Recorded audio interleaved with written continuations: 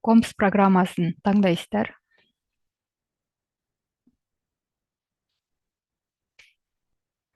Окей деп басасыздар.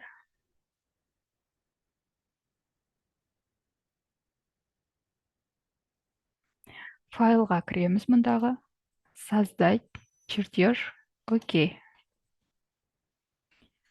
A4 форматындағы негізгі жазуды таңдаймыз, жақындатамыз. Үстін екі рет бір уақытта бассаңыздар, негізгі жазудың ішін толтырасыздар. Мұнда группалардың жазасыздар. Әр студент өзінің группасын жазады. Мен мысал ретінде ғана жазып жатырмын. Келесі сызбаның аты жазылады. Массив. Формат A4 дегеннің үстіне мекеме аты жазылады. Ату. Разработка деген, яғни сызған студент өзінің аты жөнін жазады. Мұнда тексерген мұғалімнің аты жазылады. Барлығын жазып болғаннан соң, мұндағы сол жақ бөлігінде создать объекті деген стрелканы басуларыңыз керек. Егер ол баспасаңыздар, жазған жазуларыңыз сақталмайды.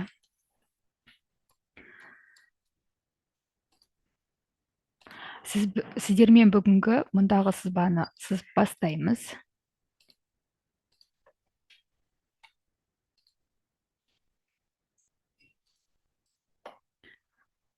Ең бірінші мән беріп қарайтын болсаңыздар, сыртқы шеңберін жасаймыз. Шеңбердің диаметрі 78. Шеңбер сызу үшін міндетті түрде осьтік линия сызып алуларыңыз керек. Отрезктің көмегімен осьтік линия сызамыз. Осьтік линияларыңыз міндетті түрде түзу 90 градуста сызылу керек. Стопты басып, шифті бір қолдарыңызбен басып, екі түзуді де белгілеуге болады. Настройкасынан осевая линияға қоясыздар. Окружностьтан шеңберді таңдайсыздар. Диаметрі бізде диаметр таңдап 78. Энтерді басасыздар. Алып кеп тура орталық, яғни центрына қоясыздар. Стопты басамыз. Келесі шеңберді біз орналастырдық. Ондағы төртбұрыштыны сызу керекпіз. Төртбұрыштының ұзындығы 18, ал шеңберден центрынан 46-да 10-ға, яғни 46-да орналасу керек. Ол бізде 23 жоғарыға, 23 төменде. Ең бірінші отрезктің алдында тұрған команданың үстін қатты басамыз. Бізге горизонталь түзуді алып қою керек. Бір рет басып қоямыз, стопты басамыз. Енді осы түзуді біз 23 оңға, 23 солға жылжыту керекпіз. Дәл осы команда бойынша үстін қатты басып тұрасыздар. Параллельная дегенді таңдаймыз. Режимға мән беретін болсаңыздар, мұнда екі бағытта жылжытуға болады, немесе бір ғана бағытта жылжытуға болады. Бізге екі бағытта жылжыту қажет. Сол үшін осыны таңдаймыз. Түзудің үстін бір рет басамыз. Мышқаның кішкене аяғына қозғалтсаңыздар, қолдарыңызды алып мышқадан жазасыздар. 23, энтерді 4 рет басамыз. Стоп. Төртбұрыштының міне төменгі бөлігі белгілі болды. Енді тура ортада вертикально тұрған түзуді 9-ға 10-ға, 9-ға сол жаққа жылжыту керекпіз. Ең бірінші қайтадан үстін қатты басамыз. Вертикалды тұрған түзуді таңдап, тура орталыққа қоямыз. Қайтадан үстін басып таңдаймыз. Сместить ететін команданы белгілеп, түзуді таңдап, мышқаның көмегімен кішкене қозғалтамыз. 9, энтерді 4 рет басамыз. Барлығын жасап болғаннан соң стопты басамыз. Мұнда міне төртбұрыштымыз пайда болды. Бұл бізде тек қана көмекші сызбалар. Отрезктің көмегімен аласыздар таңдап. Бірінші точка, екіншісі. Төртбұрышымыз пайда болды. Енді осы төртбұрыштыны қарасаңыздар, мұнда төртбұрышты бізде біреу бар, екеу, үшеу, төртеу, бесеу, алтау. 6 төртбұрыштан құралған. Осыны қалай көбейтеміз? Массивтің көмегімен үйренесіздер. Ең бірінші шифті басасыздар. түзулердің үшеуін таңдаймыз. Балғаның ішіне кірсеңіздер, мұнда шеңбер көрсетілген, копия деген осыны таңдаймыз. Ал кейбір студенттерде жоғарғы бөлігінде ол ашық тұрады. Соны таңдайсыздар. Енді міндетті түрде центрді таңдау керек. Міне тура орталығын шеңбердің. Мына жерде режим дегенде барлық шеңберді қамту керек толықтай. Бізде количествосы 6. Создать ететін кнопканы басамыз. Стопты басамыз. Енді shift'ті басып, өшіріп тастасақ, delete-тайын басасыздар, өшіріп тастайсыздар. Бізде 6 түзу төртбұрышты пайда болды. Енді орталықтағы кішкентай шеңбердің размері 34. Шеңберді аламыз, диаметрді таңдаймыз, диаметрі 34, enter. Онда алып кеп қоямыз. Стопты басасыздар. Сызбаға мән беріп қарайтын болсаңыздар, мұнда төртбұрыштың ішінде кішкене шеңберлер бар. Шеңбердің, яғни бұл осьтік шеңберде орналасқаны. Оның диаметрі 66. Шеңберге барамыз, диаметрді таңдаймыз, 66 деп жазамыз, enterді басып, қайттан қоямыз. Стопты басамыз. Шеңберді белгілеп, көмекші осьтік шеңберге айналдырамыз. Демек,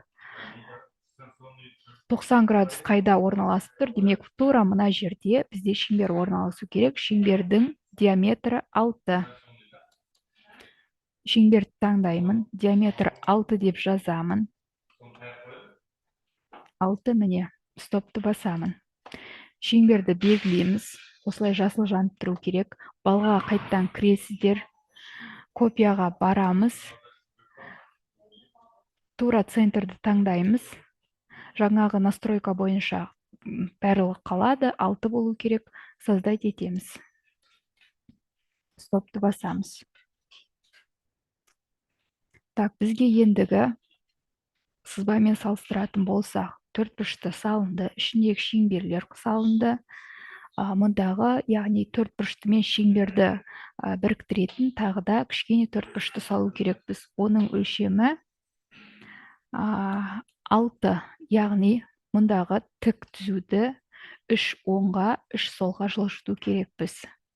Отрезктің алдындағы команданы басамыз қатты, таңдаймыз, түзуді жылжытатын команданы басамыз. 3, enter деп 4 рет басамыз.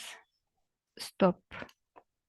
Міне, осы жерде бізде 2 түзу орналасу керек. Отрезкті аласыздар.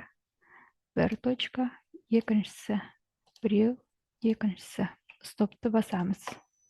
Өшіріп тастасаңыздар болады. Delete-таны басып жатырмын. Так, таңдаймыз, shift-ті басамыз. 2 түзуді бір тестен таңдау үшін бір қолда shift-ті басасыздар, екіншісімен таңдайсыздар түзуді. Копияға барамыз. Тура орталықты таңдаймыз, осьтік. И создать етеміз. Настройкасы 6 болу керек. Толық шеңберді айналуды қамтамасыз етеді. Создать етеміз. Стопты басасыздар. Салыстырамыз сызбаны. Шеңбер сыртқы ең үлкені салынды, төртбұрышты салынды, ішіндегі шеңберлер бар. Мұндағы төртбұрышты мен ішіндегі шеңбер салынды, барлық элементтері салынды. Енді бізге қажеті размерлерін орнату керек. Так, артық элементтерді өшіріп тастайсыздар. Размерлерін қойған кезде бізде шеңбер бар және түзу сызықтар бар. Размеріға кіреміз. Түзуді линейный размерға басамыз. Режимға баратын болса, тип дегенге біз горизонтальны қойсақ болады, және вертикалды. Горизонтал қою үшін жақындатамыз 1 точка, екіншісі, үшіншісімен жоғарыға қоясыздар. Тағы да бізде мұндағы алтын размерін қою керек. Жақындатамыз 1, 2, үшіншісімен басып, төменге қоясыздар. Және бізде вертикалды таңдау керек. яғни мұндағы түзудің бір точка және екіншісі үшіншісімен сыртқа шығарып қоясыздар. Стопты басамыз. Линейный размерлердің барлығын толық қойдық. Енді бізге қажеті диаметрді қою керекпіз. Диаметрді таңдау үшін размеріға қайтып кіресіздер. Таңдаймыз. Так, шеңбердің үстінен барасыздар да бір рет басып жоғары қарай шығарып қоясыздар. Келесі екінші мұндағы түзуімізде бар, шығарып қоямыз. Ең кішкентай шеңберіміз бар, оны да шығарып қоямыз. Так, барлық 34-ті қойдық, 66-ны қойдық, 78-ді қойдық. Стопты басамыз. Үстінен 18-дің бір уақытта екі рет бассаңыздар, мұндағы отобразить деген галочканы алып тастайсыздар, сол кезде 18-дің өзі қалады. Барлық размерлерде осылай қоясыздар. Размерді салған кезде міндетті түрде сызбада көрсетілген размермен бірдей шығу керек. Мысалы, мұнда 46-да 1 немесе 45-те 9 деген размерлер қабылданбайды. Ол сызбада қателік болып саналады. Размерлер ешқашан түзумен беттеспейді. Белгілі бір қашықтықта шығып тұру керек. Және размерлерді қойған кезде міндетті түрде басы соңы болу керек. Қай жер өлшеніп тұрғанын нақты білу үшін. Біздегі мұндағы ішкі кішкентай размері қалып қойды. Ол бізде диаметр бойынша салынды. Мұнда шығарып қояйық. 6.